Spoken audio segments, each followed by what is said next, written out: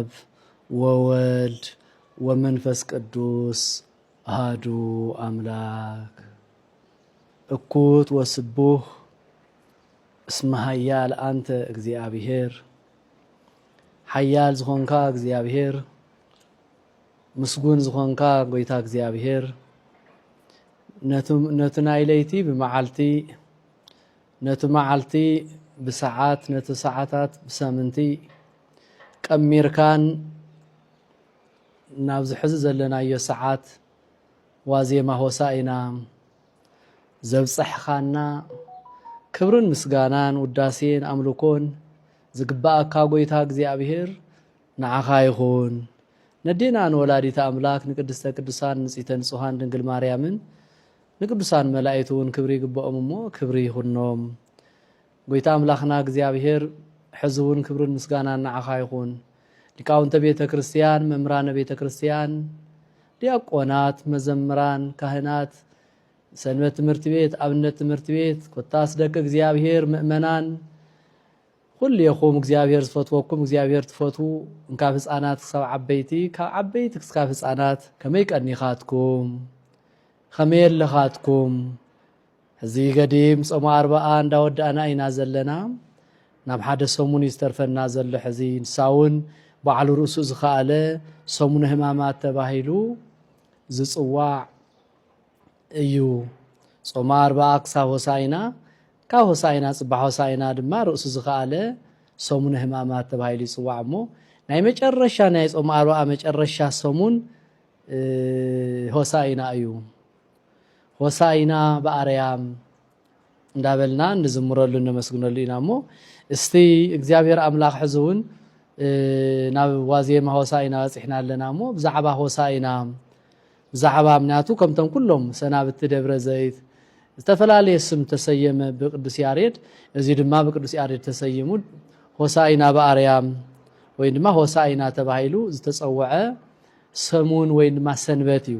ስለዚ ብዛዕባ ሆሳኢና ሕጽረ ቢልና ክንመሃሪና እሞ ዘምህር እግዚአብሔር ይምእመናን ሊቃውንተ ቤተ ክርስቲያን ኩልኹም ዘምህር እግዚአብሔር እዩ እግዚአብሔር ከምህረና እግዚአብሔር ክምዕደና እግዚአብሔር ክግስጸና እሞ ተግሳጹን ትምህርቱን ቃሉን ሰሚዕና ናይ ጎይታና ናይ እግዚአብሔር አገልገልትን ተላእኽትን ምስግና ናብ አምላኽና ክነቀርቡን ስለዝግባአና ኩልየና ሓዝውን ክብር ምስጋና ንእግዚአብሔር ይኹኖ እሞ እምበኣር ርእስና ሆሳኢና በአርያም እዩ ሆሳኢና በአርያም ኣብ ጎርጎሬዎስ ቅዳሴ ጎርጎሬቤስ ዘሎ እንረኽቦ ኢና ብኻልኦቱን ነቢየ እግዚአብሔር እውን ብሩክ ዘይመጽእ ስም እግዚአብሔር ኢልዎ እዩ ኣብ ወንጌል እውን ሆሳኢና ብሩክ ዘይመጽእ በስመ እግዚአብሔር ኢልዎ እዩ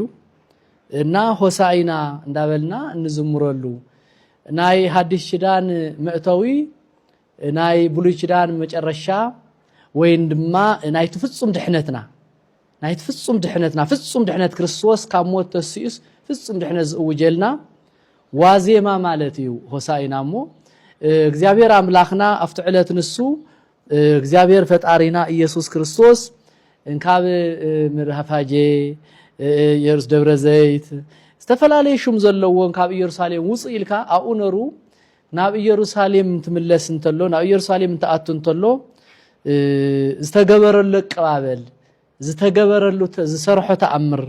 ዝተናገሮ ቃለት እንዳልዓልና ኢና ክንመሃር እሞ ንቃሉ ሕዝውን ስለ ቃሉ ዝተመስገነ ይኹን ከምዚ ይብል እግዚአብሔር አምላኽና ወቀሪቦ እግዚ ኢየሱስ ኢየሩሳሌም ወቀሪቦ እግዚ ኢየሱስ ኢየሩሳሌም በጽሐ ቤተፋጄ ክቡራንን ክቡራትን ማቴዎስ ወንጌል ምዕራፍ 21 ቁጽር 1 እንረኽቦ ኃይለ ቃል ክሳብ 4 ዘሎ ምዕራፍ 21 ቁጽር 1 ክሳብ 4 ዘሎ ወቀሪቦ እግዚ ኢየሱስ ኢየሩሳሌም በጽሐ ቤተፋጄ ጎይታና አምላኽና እግዚአብሔር ኣብ ቤተፋጄ ናብ ኢየሩሳሌም ከኣቱ ኣብ ቤተፋጄ በጽሐሎ እንተ ጎቦ ደብረ ዘይት ኣብ ናይ ደብረ ዘይት እግሪ በጽሐሎ ናበይ ናብ ኢየሩሳሌም ከኣቱ ካብ ቤተፋጄ ካብ ደብረ ዘይት መጽኡ ናብ ኢየሩሳሌም ከማብ በጽሐሎ ይብለና ሆሳኢና በአርያም ይርእስና ሆሳኢና በአርያም بزعبا رؤسو خنتنتن انتلنا كبرانن كبراتن هوسائنا مالت مدحانيت مالتي هوسائنا مالت وين دما حزدحن مالتي حزدحن مالت مدحانيت مالت هوسائنا مالت بصريغون بقز هوسائنا باريام مالت حزدحن مالتي حزدحننا مالتي هوسائنا باريام تلنتل حزدحننا اتاتاو اريام زمصخا اتاتاو اريام زوردكا اتاتاو سماي زمصخا حزدحننا داوليم زميرم اريام مالت دمو صرها اريام مللت سمايات ناي غويتانا እግዚአብሔር ጽርሃ አርያም መኖሪያ ናይ ጎይታና ናይ ኢየሱስ ክርስቶስ በኃይለ መለኮት ዝነብረሉ ጽርሃ አርያም ማለት እዩ ታው ሕዚ ክልተ ቃላት እዮም ሆሳዕናን ወይንዩ አርያም ነው ወይንዩ እዚ ሆሳዕና በአርያም ሆሳዕና አታ መድኃኒት ካብ አርያም ዝመጻኻ መድኃኒት ማለት እዩ ክልቲኡ ክነጣምሮ እንተለና ካብ አርያም ካብ ሰማያት ዝመጻኻ መድኃኒት ንምንታይ እንበዓል ኢሳይያስ እንታይ ኢሎም ነሮም ካብ ሰማያት ወሪዶ ድንግል ማርያም ሓዲሩ ተወሊዱ ክትወለድ ይደል ነሩ ድንግል ጸንስ ወትወልድ ወሰም ይስሙ ኢየሱስ ስሙ አማኑኤል ክመጽእ ኩለድ ይደተዋይል ነሩ ልክዕ በተሰዓት እዚ ትንቢት እዚ ስለበጽሒ ስለዝኾነ ሰዓት እዚ በጽሒ ስለዝኾነ ሆሳዕና በአርያም አታ መድኃኒት አድሕነና ሕዚ ማለት እዩ ናይ ርእስና ናይ መልዓሊና ርእሲ ቃል እግዚአብሔር ትርጉሙ እዩ ስለዚ እዚ አድሕነና ዝብዘሎ ገና ካብ ቤተ ፋጄ ካብ ደብረ ዘይት ተጓዒዙ ይመጽዩ እዚ ከም ዝብል ጎይታ እግዚአብሔር ከም ታንቶ ዘልኩም ምዕራፍ ቁጥር 2 ተሪኡ እንተለና ማቴዎስ ወንጌል 21 ቁጥር 2 ተሪኡ እንተለና ወይ ቤሎም ሁሩ ሃገር ወእምዝ ናይ መጀመርያ ታብ ደብረ ዘይት በጽ ወሪዱ ካፍቲ እግሪ ክመጽ እንተሎ ወእምዝ ፈነው እግዚእ ኢየሱስ ክልኤተ ማርዳይሁ ክብራት ጎይታ እግዚአብሔር ካብ ቤተ ፋጄ ካብ ደብረ ዘይት ጎ ወሪዱ ናብ ኢየሩሳሌም እንትኸይድ እንተሎ ይብል ክልተ ደቀ መዛሙርት ሙስኡ ዝነበሩ ለአኸ ክልኤተ አርዳይሁ ፈነወ ማለት ለአኸ ማለት እንታበይ ክልተ ደቀ መዛሙርቱ ለአኸ ናበይ ዝልእኽ ዘሎ ናበይ ዝልእኹም ዘሎ ማይኮም ጽሉ ደኾን ይኾን ምግቢ ከምጽሉ ደኾን ይኾን አይኮነን ኩራት እንደከ እግዚአብሔር ታይዳአ ናበይ ዳይ ዝልእኹም ዘሎ ጎይታና አምላኽና ክልተ ደቀ መዛሙርቱ ነበርሙ ፈነወ ለአኸ ናበይ ናፍቱ ቅድሚ ዘሎ ሁሩ ሃገረ ዘቅድሚክሙ ወይቲ ዝትረክቡ እድግተ እስርተ ምስለ እዋላ ፍትህዎሙ ወአምጽእዎሙ ሊተ ፍትህዎ ወአምጽእዎ ሊተ ብዛዕባ ዝ ታሪኽ እዚው ማርቆስ 11 ሉቃስ 19:28-40 ዮሐንስ 12:12-19 አው ኩሎም ወንጌላውያን ዝተአምራት እዚ ታሪኽ እዚ ኣሎ ፍትህዎ ወአምጽእዎ ሊተ እስር ክትረኽቡ ኢኹም ትረክቡ እድግተ አድጊ ክትረኽቡ ኢኹም እስርተ ምስለ እዋላ ምስጓላ ተአሲራ ክትረኽቡ ኢኹም ፍትህዎ አምጽእዎሙ ሊተ ፈቲሕኩም አምጽእዎ ወእሞ ዘይቤሎም ምን ተትገብሩ በሉ እግዚኦሙ ይፈቅዶሙ ፈቲሕኩም አምጽእዎ ከይድ ወፍት መንገድኩም ከይድ ወፍት መንደርሞ አድጊ ምስጓላ ተአሰረ ክትረክቡ ኢኹም ምስጓል ማለት ምስዕዋላ ምስጓላ ማለት እዩ ድሕሪ ፈቲሕኩም አምጽእዎ ኢልዎ ፈቲሕኩም ፍትህዎ አምጽእዎም ሊተ ፍትህዎም ወአምጽእዎም ምክንያቱም ካብ ሓደ ውሳኽ ቁጽር ካልኢ ስለ ዘለዎ ፍትህዎም ወአምጽእዎም ሊተ ኢሉ አየሙን ተም ኢየሱስ ክርስቶስ ካብ ምድረ ዘይት ካብ ደብረ ዘይት እግሪ ወሪዱ እንትኸድተልና ኣብ ኢየሩሳሌም እዩ ድሕሪቶም ደቀ መዛሙርቱ ኸይዶም ኸዱናው ይብለና ተአሲሩ ረኸብዎ ይብልዋ ፈትሕዎ ይብለና ሳልሳይ ሰለስተ ቁጽር ወሪድና ክሪኦ እንተለና ኣብ ሰለስተ ቁጽሪ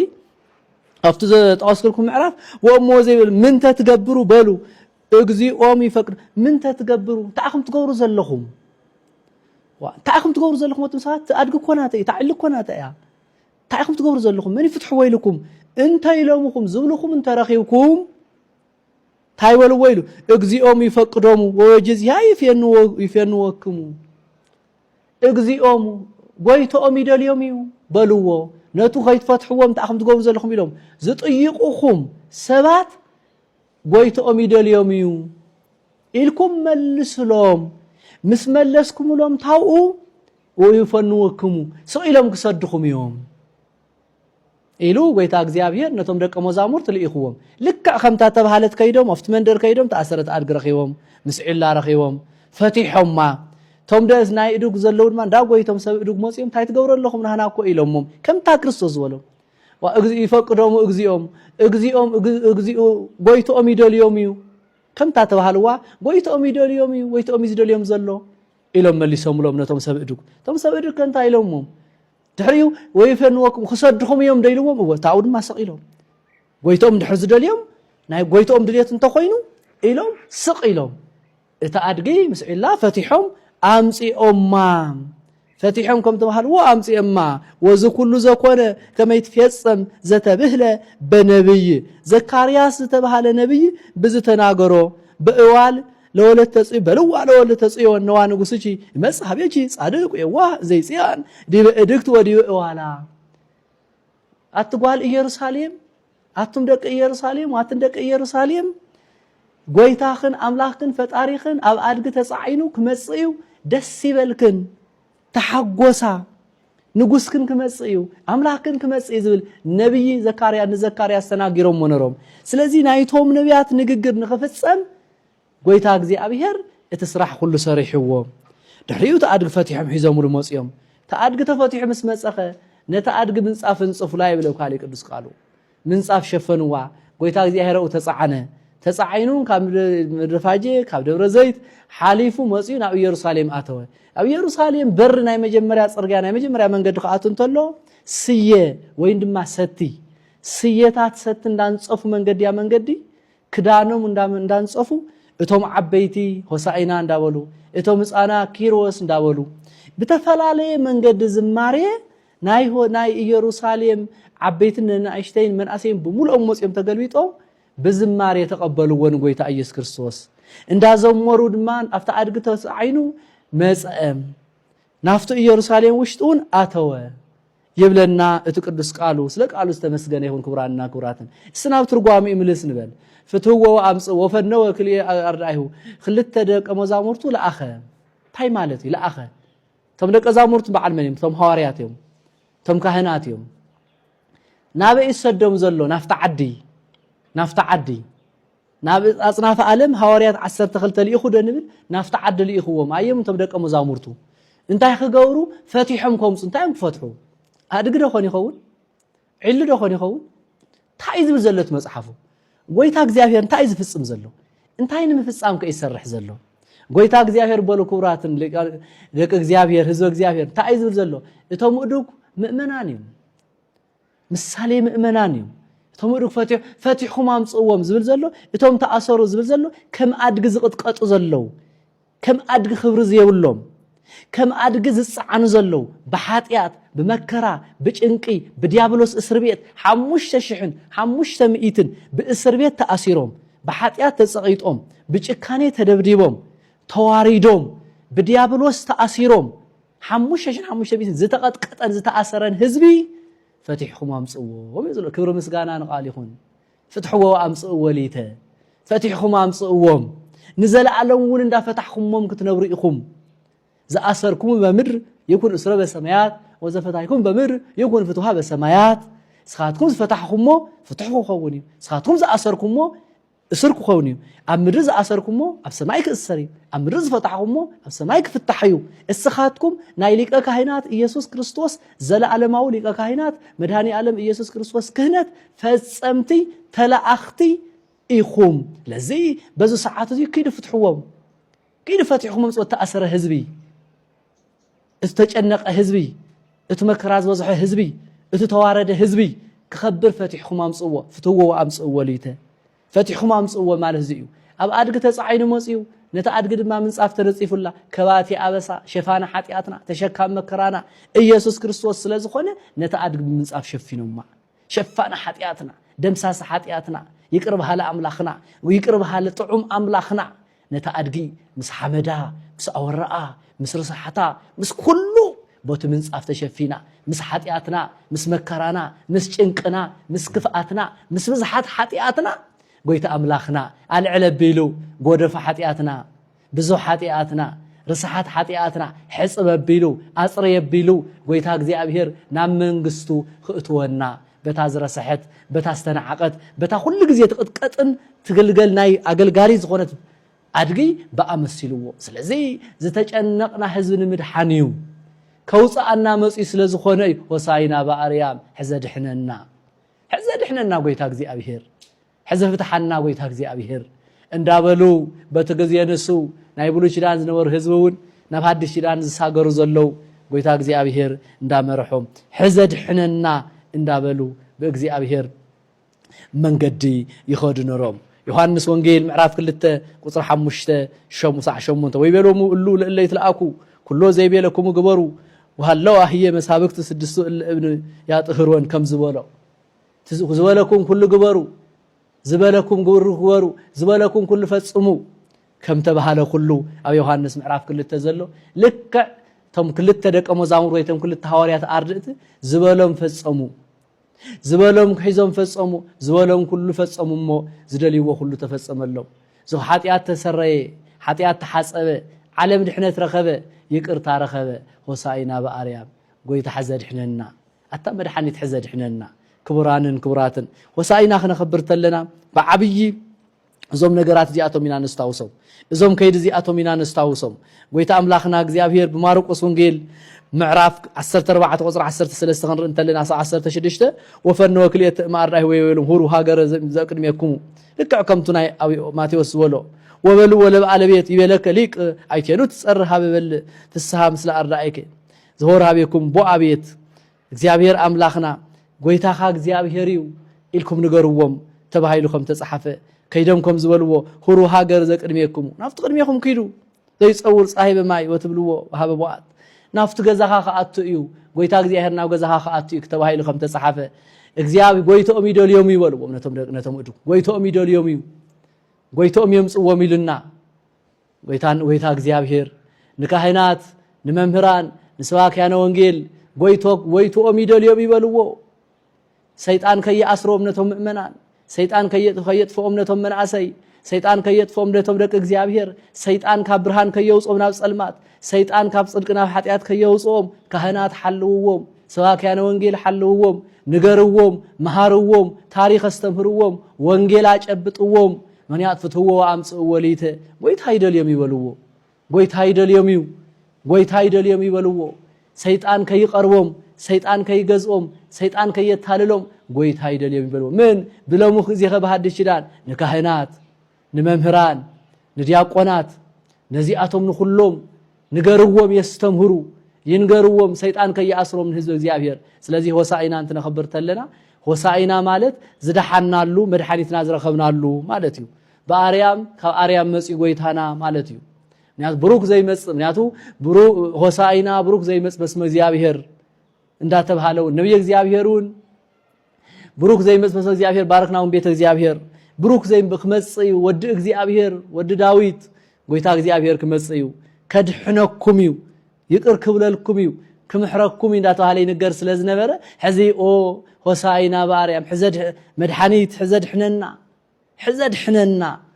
ኢሎም ክብራንን ክብራትን በቱ ጊዜ ንሱ ሕዘድ ሕነና ኢሎም ድሒኖም እዮም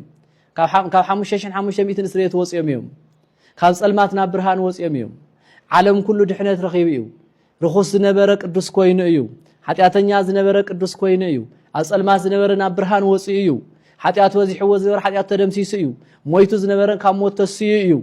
ታው ድማ ወልበስ ወለ ሐዲስ በሲ ለቢስና ኢና ሐድሽ ህይወት ለቢስና ኢና ሐድስ ጎይታ ለቢስና ኢና ሆሳዕና በአርያም ሕዘድ ሕነና ጎይታ እቱ ዘድሕን ጎይታ ለቢስናዮ ኢና እቱ ዘድሕን ጎይታ ተዋሂድናዮ ኢና እቱ ዘድሕን ጎይታ ቤተ መቅደስ ኮይና ኢና እስኻትኩም ናተይ ቤተ መቅደስ ይኹም ቤተ መቅደሰይ ክረክስ አይፈቱኒ ስለዚህ ከይትረኹስ ተጠንቀቁ ወዳግም የተገዛም ናፍቱ መግዛት ዳግም ከይተአቱ ተጠንቀቁ አፍቱ ገላትያ ምዕራፍ 5 ሙሉ ምዕራፍ ተጻሒፉ ዘሎ ሰናይ ግበሩ ናብ ኃጢአት አይትእተው ትሕትና ግበሩ ነንበዓልትኩም ተሓጋገዙ ካብ ክፉእ ውጹ ዝብል ተጻሒፉ ዘሎ ብኡኽን ከይድ ቅዱሳን ይኹም እስመ ቅዱሳን ይኹም ስኻቱም ተቀዲስኩም ይኹም ተባሪክኩም ይኹም ቅዱሳን ይኹም ይዝብለና ዘሎ ክትቅደሱ ይኹም አይኮነን ክብራንን ክብራትን ደቀ እግዚአብሔር ሕዚ ጨኒኡዎ ዘሎ እግዚአብሔር እኮ ገና ንድሕ እንዳመሰለና እዩ ገና መድኃኒት ክመጽ እንዳመሰለና እኮ እዩ መድኃኒት እኮ ውሽጥና እኚሄ መድኃኒት እኮ በክርስትና ህይወት ተሸኪምና ኢና መድኃኒት እኮ ዳግም ተወሊድና ኢና መድኃኒት እኮ በዳግም ልደት ተዋሂድና ኢና መድኃኒት እኮ ምሳና ይዘሎ ድሒና እኮ ኢና ቅዱሳን እኮ ኮይና ኢና ስለዚህ ካብ ቅድስና ከይትወጹ ይዝለና ዘሎ ካብ ቅድስና ከይትወጹ ካብ ወንጌሉ ከይትወጹ ካብ ጎይታ ከይትወጹ ድሕንኩም ይኹም ቅዱሳን ይኹም ናይ እግዚአብሔር ማሕደሪ ይኹም ኢና ንበሃልኮ ዘለና ደግ እግዚአብሔር ትፈቱ እግዚአብሔር ፈትወኩም ህዝብ እግዚአብሔር ገና ኮይ ኮና ንጽበ ተፈጺሙልና እኮ እዩ ስለዚህ ሕዘ ድሕነና ኮይ ድሒን እኮ ዓለም ተፈቲሕ እኮ ሆሳይና መጽ እኮ ብርሃን እኮ ሂቡ ብትንሳኤ እኮ ቤዛ ኮይኑ በዚ ሕዝ ሞት የለን በዚ ሕዝ ኃጢአት የለን ድሒንኩም እኮ ይልና እዩ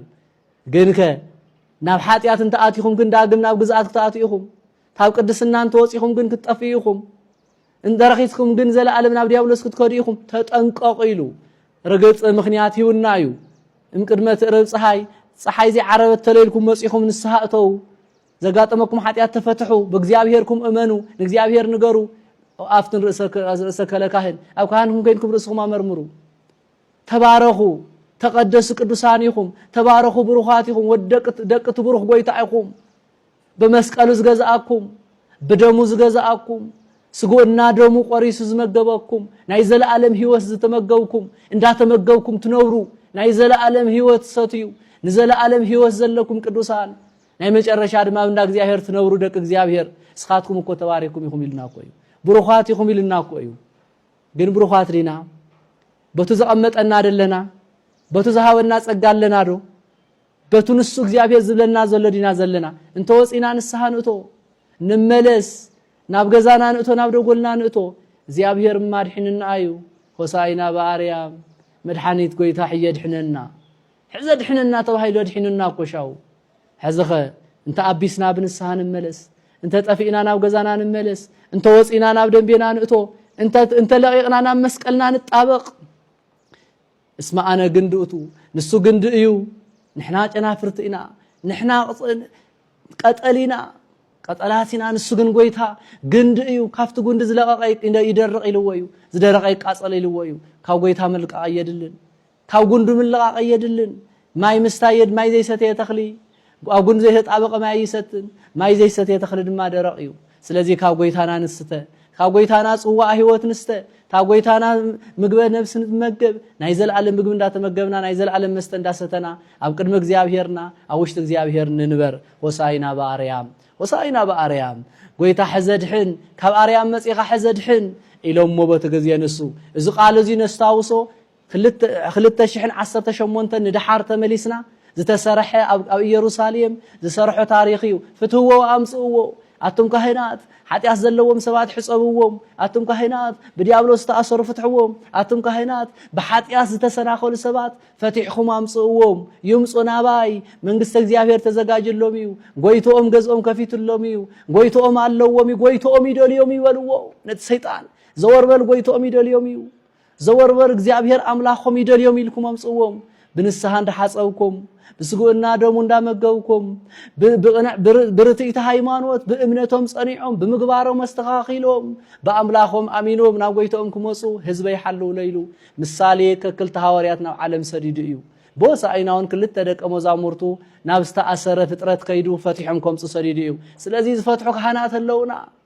ዘስተምህሩ ወንጌል ናይ ወንጌል መምህራን ኣለውና زحقفنا زصللنا زمغبنا ጎይታለና بمسقلو زغزانا مويتو زهدحننا تسقيلو زفوسنا قسيلو زدحننا مكرانا كله استشكملنا እግዚአብሔር አምላክና አለና ስለዚህ ሆሳዕና ነኸብርተለና በዙ ታሪኽ እዚው በዝ ምሳሌ እዚው በዝ መንገድ እዚና እንደሞ ወይታ እግዚአብሔር ነታአድግ ፈቲሖም ዘምጽ ደቀ መዛሙርት ሕዙን ካብ ኃጢአትና ፈቲሑ ቅድስናን በረከትን ከዕድለና